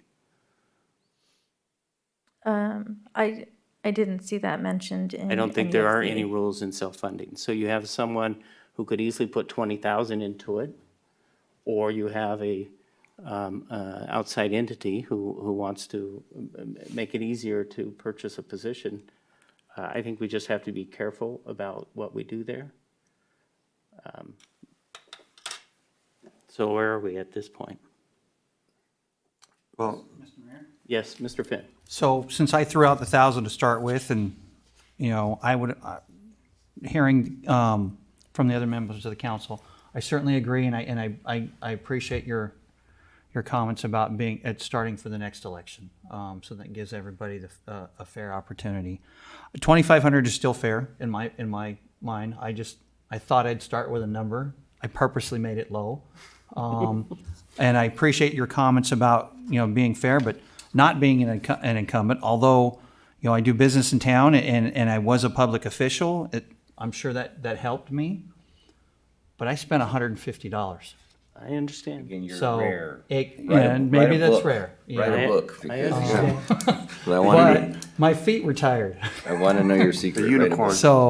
So it can be done, but I do support a limit that is lower than the state, and so I would support 2,500 for the next election beyond 2022. And before I get any more input, can I make a suggestion that since we are going to hold this off till the next election, I would like to find out the implications of our limits on independent expenditures. Because I know that an independent expenditure can give to a candidate within the limits. So if our limit's 2,500, if an association wants to give, a contribution, they can do 2,500. But they could also spend 20,000 putting out signs and mailers. And so if we're going to limit individuals to 2,500, but someone with connections could get an independent expenditure to come in at, I don't know if there's any limits, unless we can set those limits. I don't think So we can. you're talking about independent expenditure and in-kind contributions, that sort of thing? Yeah. The limit applied to that. And how And about, so I and how think- about self-funding as well? I think we have a little more to, The answer is, I think you can craft the ordinance how you want to craft it. And so if you don't want to put a limit on independent expenditures, you can choose not to put a limit on it. It's going to be up to you to adopt the rule and for you to enforce it, for the city to enforce it. so this is another thing we need to look at is, currently, if a association does an independent expenditure for or against a candidate, they set up a committee and file reports with the state. So if an independent expenditure or association wants to come in and spend money in independent expenditure, and we're going to limit that, then that association would have to open a committee, file with the city, and then make report when they do and don't, when they're funding against or for a candidate. But couldn't they argue a freedom of expression or Yeah, freedom of political speech? You know, I'd have to look at this further, the issue of the independent expenditure, because there's been, as you know, Supreme Court cases on that. But if the city adopted a limit, if you put a limit on it, then it would be up to you to enforce that limit. But I'll look at that further. And by enforcing, are we talking about the FPPC can fine people if you violate those limits? You would fine them. Are we now fining people by the city? Correct. Yes. And Okay. potentially prosecuting them for a violation of the code. And defending a suit that says we did it unfairly? So if, for example, if you set a limit of $1,000 hypothetically and somebody violated that rule, then it would be up to the city to prosecute them for violating your code. And that could be a fine and/or a misdemeanor. And if we do either, they have recourse to come back and appeal that decision beyond the city. Sure.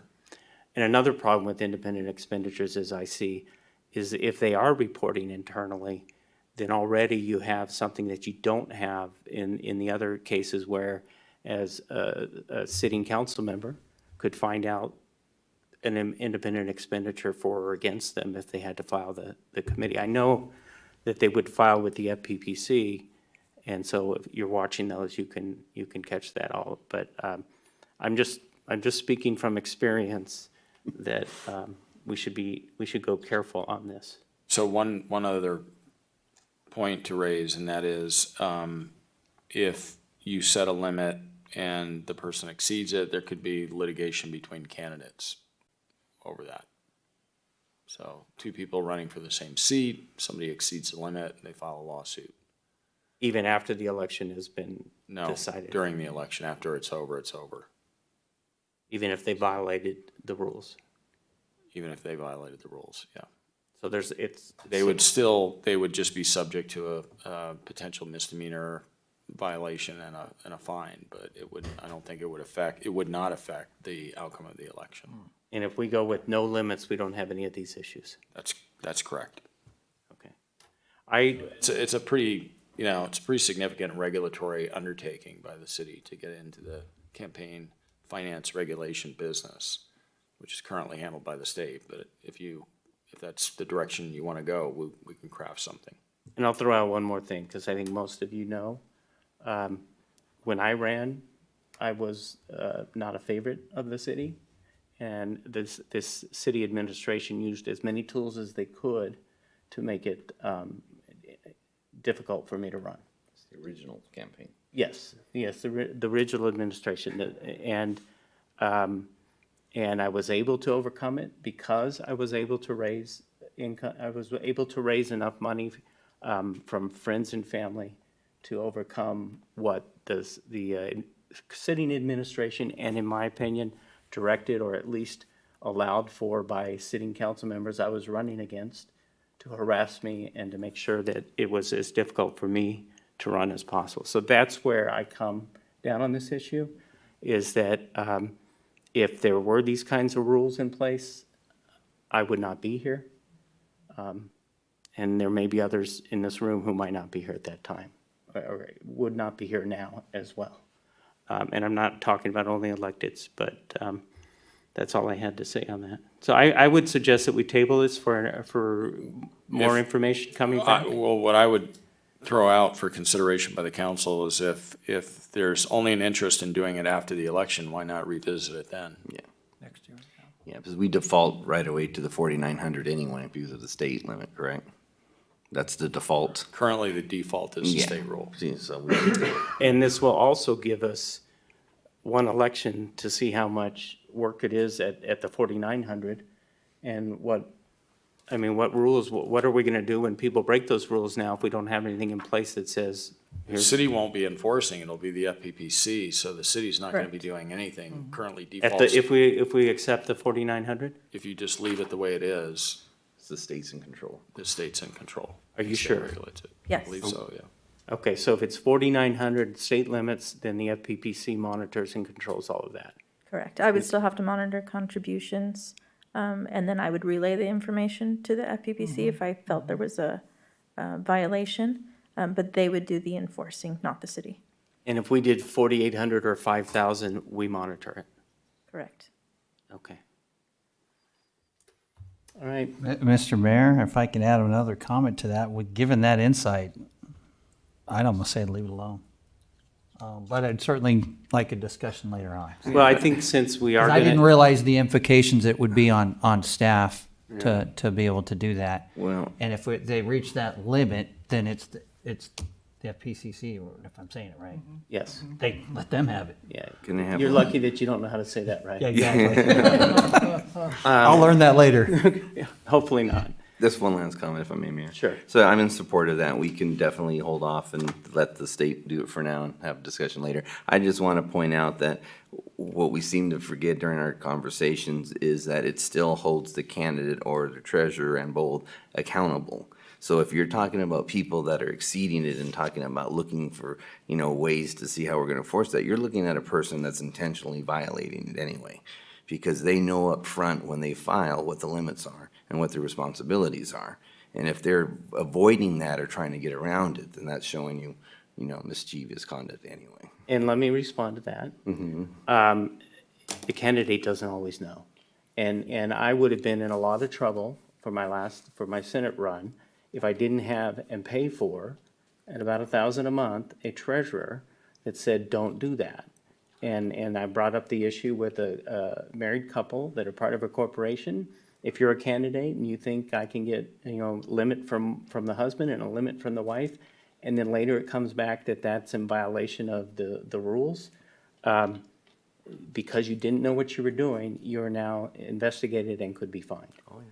So I think if we know that this election, we don't have to enforce it, the FPPC is the police on this, we can watch the election and see if it becomes an issue. Are we good with that? Yep, I'm good with that. Agreed. Okay. Thank you for bringing that. I think Mr. Pinckney knows I've been asking to bring that here for discussion. Mr. Pardon. I say, can we slide into campaign signs now? I'm all in favor of talking about campaign signs Oh, no. for all the similar go. reasons. We're not sure what to do with that, but it's not on the agenda tonight. Oh, Oh, Thank you. Sorry, thank you, Mr. Pinckney. Thank you. All right, so you have direction, city has, staff has direction. And then item number 18, Economic Development Committee vacancy of community member seat. Staff report, Nicole Wheelwright. Mayor and council, the city is in receipt of 2 resignation letters from the Economic Development Committee. One is the non-business community member seat, and the other is the alternate member seat.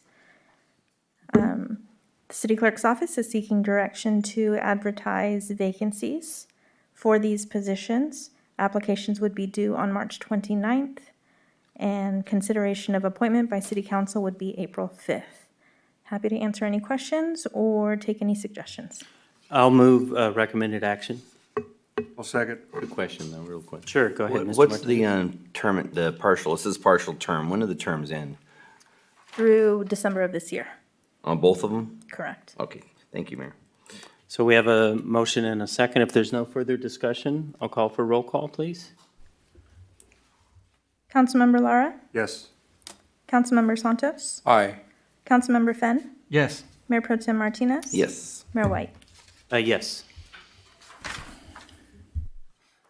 Now we're on to legislative updates and discussion. Good evening. Brief legislative update for you this evening, as you guys have already tackled a number of legislative items already. The deadline for introducing new bills into the Assembly and the Senate of the state was February 18th, so that window is now closed. I have a couple brief highlights for you of some bills that were introduced beating that deadline. So there is a AB 26, excuse me, AB 2668, which has to do with planning and zoning. And it, of course, housing, as we've seen, been still a hot topic, even through COVID. So there's some implications in there that would prohibit a local government from determining a development is in conflict with objective planning standards if the materials are not included. There is a bill that interestingly works in the favor of local governments, which is pertaining to accessory dwelling units or ADU setbacks. So currently, cities are prohibited from imposing a setback on an ADU of greater than 4 feet. And this bill would actually remove the prohibition and allow local agencies to establish their own side and rear setback requirements. Another piece of legislation that I'm sure Chief is monitoring is SB 1464, which would require local law enforcement officers to enforce public health orders. There's the last one I'll highlight for you this evening is AB 2631. And it's called the Government Claims Act. And this essentially would authorize one local government to sue another for not addressing the homelessness crisis within their jurisdiction. So staff is monitoring these bills that were just introduced under the deadline and working with Townsend Public Affairs on keeping tabs on these, along with the other legislative items that we've previously discussed. And staff will keep you apprised on any requests for support or opposition that may come up. That concludes my update this evening. I'm happy to answer any questions or take any direction from council at this time. Ms. Taylor, I have a quick question. That last item, what AB number was that? It was Or SB? AB 2631, introduced by O'Donnell, and it's called the Government Claims Act. Okay, I don't think we'd have to worry about that because I don't think we have any neighbors that would want us to find a reason to sue us. But I'll leave that out on the floor there. Hey, is there any reason why we could do our own letter of opposition to that bill as a council, or? No, I'm sorry, I'm not an attorney, but I don't see why we couldn't do a letter of opposition. Okay. Do we need to know more about that bill before we do a letter of opposition? Staff can get some additional background and email it out to council or provide it to the city manager's office to provide to you. And then if we'd like to follow this up in 2 weeks at the next council meeting, we can have a letter drafted if and ready if that's council's direction. Okay, that sounds good. You Yeah. guys good with that? Yeah. Okay, we'll go for that. Yeah. Okay. Mayor, I got a quick question. Sure. Ms. Taylor, when you get a lot of your info, of course, you're going through Townsend. Are you going through leginfo.ca.gov? Do you get some of your supplemental information? I do. I Okay. look at Ledge Info because it gives the history of the bill, it gives the background, it gives previous text, it shows amendments, and it shows future path if a bill is to keep moving. And then Townsend also provides various updates from their sources as well. Perfect. All right. Thank you. Thank you, Mayor. Okay, economic development update. Hi, good evening, Mayor and Council. We are preparing for next week's meeting and also still just preparing for our local business group meeting coming up March 24th. That is all I have for you this evening. Okay, thank you. Any questions, comments on the economic development update? So we'll move on to the city treasurer report. Mr. Genetti, you still with us? Yes, I am. Mr. Mayor, thank you, and City Council, good evening. I don't have anything to report because we're out of cycle with our meeting, but I do want to commend the mayor and the chief of police for the National Night Out over 4 Seasons last week. I think they did a very good job in presenting themselves in the city. I got a lot of positive feedback, and then I had a lot of questions from people that didn't attend.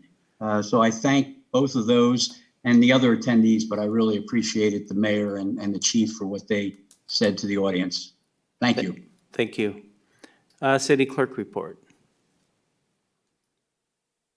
Good evening, Mayor and Council. I have no report this evening. Thank you. Thank you, Mr. Millman.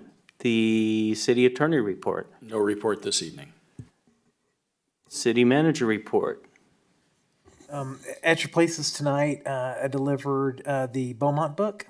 Okay. So we're really excited about that. That was a legacy project that was started by Councilmember Santos as mayor.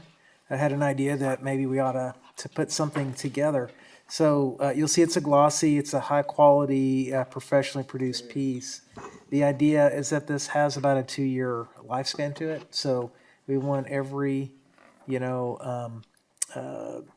business owner who wants a copy of it to have it available at their place. But we do have a production of about 5,000 of these thus far.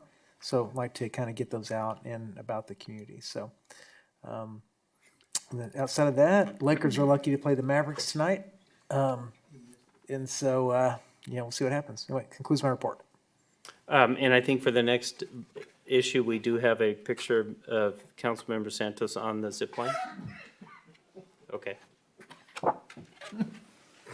Any other comments, questions about the item? I just want to comment, it looks really nice. I think it looks very nice. Some of our realtor agents might want to put some of these in their office too. Very nice. Those are in a digital format too. So we have a final camera-ready piece that we can slide probably that picture of Councilmember Santos in there. Okay, cool. Zip Well, line? at least she get it up on Yeah. Facebook as soon as possible. Zip line photo. Mayor, I have a question for Mr. Parton. Would we as council be able to pick up just a few so that we can give around to some certain individuals and places? Absolutely. For council, we'll give you the rate. They'll be $39.95 a piece as long as you buy 100. That the bulk Otherwise, they're rate? $49.95. Bulk rate. Take that out of my pay. And then Please let me know when you have. They'll leave me with nothing left, but that's okay. Question on that? I assume it's in PDF format that can be emailed out as well?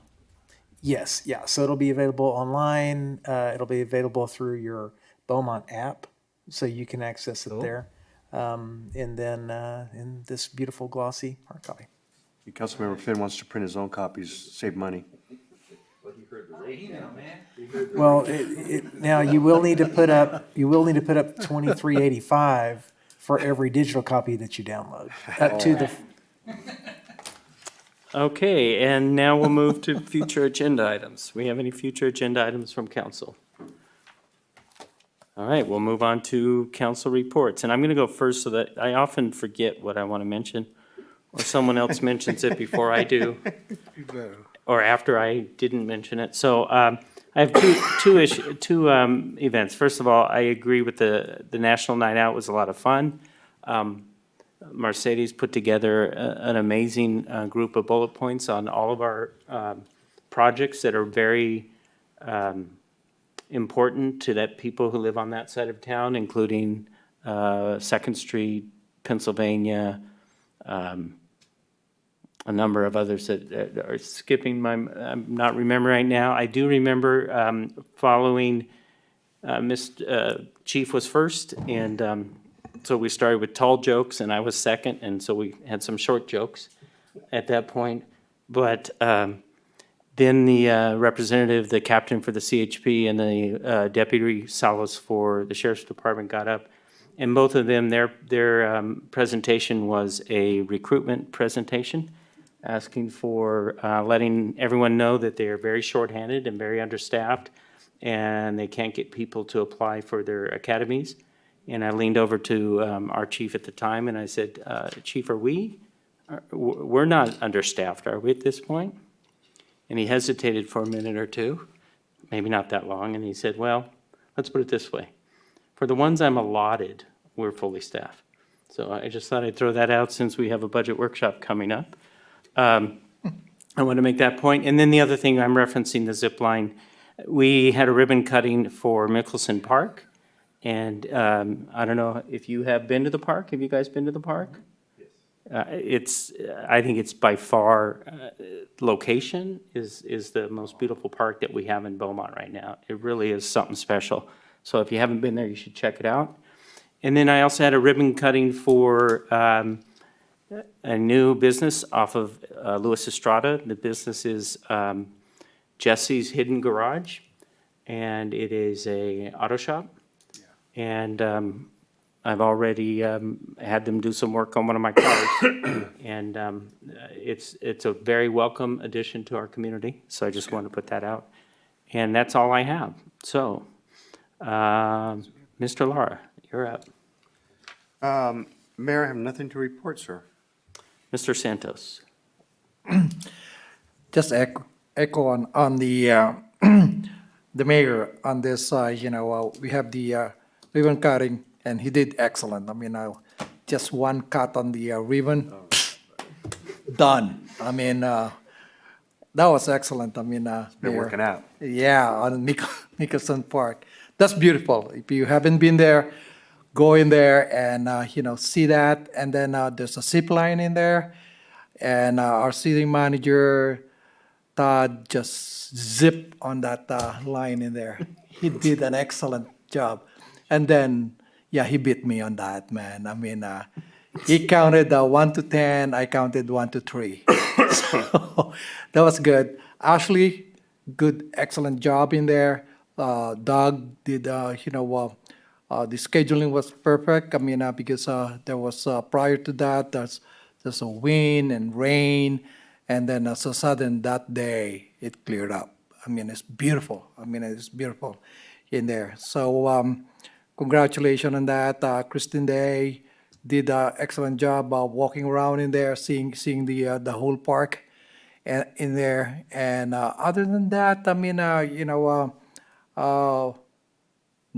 nothing to report on Okay. other than that. And Thank you. I want to point out that Mr. Story, Doug, right before the ribbon cutting, yelled to all of the people there that if you want to get ice cream, you need to get in on the ribbon cutting. Yeah. And I'm glad those scissors are very sharp, and I'm glad there were no videos because I almost stabbed a couple people accidentally. Nice. That's right. I mean, he did excellent job on that. I mean, and then at the same time, man, not him. I mean, somebody brought ice cream for all the kids. Remember Yes. that? Yes, I do. mean, it's excellent. I mean, kids in there, a lot of kids. I mean, that was a good announcement and everything. The parents was there, and again, it's a perfect day and perfect for our mayor. Enjoy that, and then he took out his jacket and everything. He's so cool, man. this mayor, man. That's all I have, man. All right. So I don't want to go deeper, man. Too late. And this Thank park, you very this much. park does have restrooms. There were a lot of questions because the restrooms have been closed. But they are open because the city now has ownership of the park. Before, they were kept closed before the city had ownership. So we'll go ahead and move to Mr. Finn. It feels like I missed out. You guys were involved with a lot of stuff. I had been busy the last couple of weeks with family. My oldest son is now married. Oh, congratulations. Thank you. Is that in Hawaii? Yeah, it was fly out Tuesday, have the wedding Wednesday, fly back Thursday. So Oh, wow. it was exhausting, but nice. So I appreciate that. But I have no other report. Okay, Mayor Pro Tem Martinez. No report, and thank you, Mr. Santos, for the play-by-play. That was very nice. So, but no report, Mayor. All right, at this moment, I will go ahead and adjourn the meeting at, 8:56. Hey, Baker's is Wow. still open. All right. Good evening.